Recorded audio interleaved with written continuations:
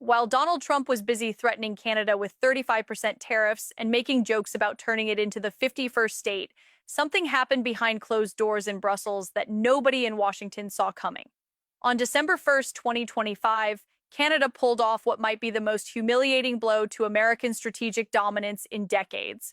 And according to leaked Pentagon memos obtained by sources familiar with the matter, senior defense officials had absolutely no idea it was happening until the deal was already signed. This isn't about trade negotiations or diplomatic posturing. This is about $244 billion in European defense contracts that the United States just got completely shut out of.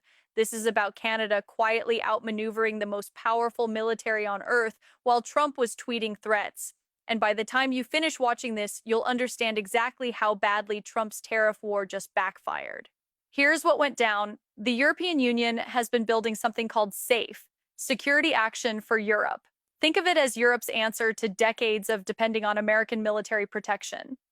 We're talking about 150 billion euros, roughly $244 billion Canadian dollars, in low-interest loans designed specifically to finance defense production at massive industrial scale.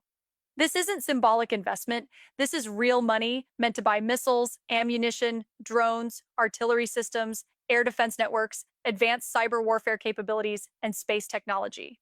Europe looked at Russia's ongoing aggression in Ukraine, looked at Trump's constant threats to abandon NATO allies, and decided they couldn't afford to keep all their security eggs in the American basket. SAFE is the financial engine designed to make Europe militarily independent by 2030. And here's where it gets absolutely stunning. SAFE was designed exclusively for European Union member states. Nobody else gets in. The United Kingdom tried to join after Brexit and got rejected flat out. Australia lobbied hard for access and didn't even make it to serious negotiations. Even the United States, Europe's supposed indispensable partner and the world's largest military superpower, remains completely outside this framework. But Canada? Canada just became the first and only non-European country ever admitted into this exclusive defense club. Let that sink in for a second. In the most significant European military initiative since the Cold War ended, the only outside nation with a seat at the table is Canada. Not America, not Britain, Canada. And the timing, absolutely devastating for Trump. While he was publicly humiliating Canadian Prime Minister Mark Carney, calling Canada a security threat and threatening to destroy their economy with tariffs, Carney was in Brussels quietly negotiating access to $250 billion in defense contracts that American companies are now completely locked out of. To understand why this is such a catastrophic strategic failure, you need to know where Canada was before this happened. For decades, more than 70% of Canadian defense spending flowed straight to the United States. Canadian manufacturers built components for American weapons systems. Canadian procurement followed American standards. The entire defense ecosystem north of the border revolved around one gravitational center, Washington. Canada was essentially locked into a single supplier relationship for almost everything related to national security, which meant they had zero leverage and zero alternatives if the relationship went south.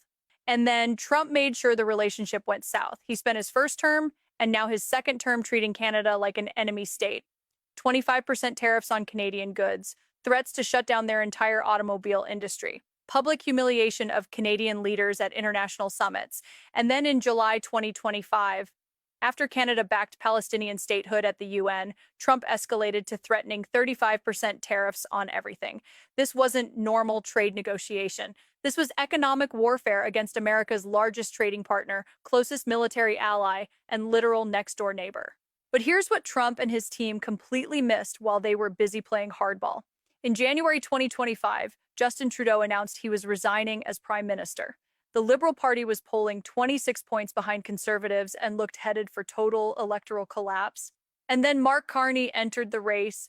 This wasn't some career politician. Carney was the former governor of both the Bank of Canada and the Bank of England, one of the most respected financial minds on the planet, someone who understood exactly how to navigate complex international negotiations. He won the Liberal leadership with an overwhelming 85.9% of the vote in March 2025 and immediately became prime minister with a very clear message. Canada needed to stop being dependent on one unpredictable partner who treated allies like hostages.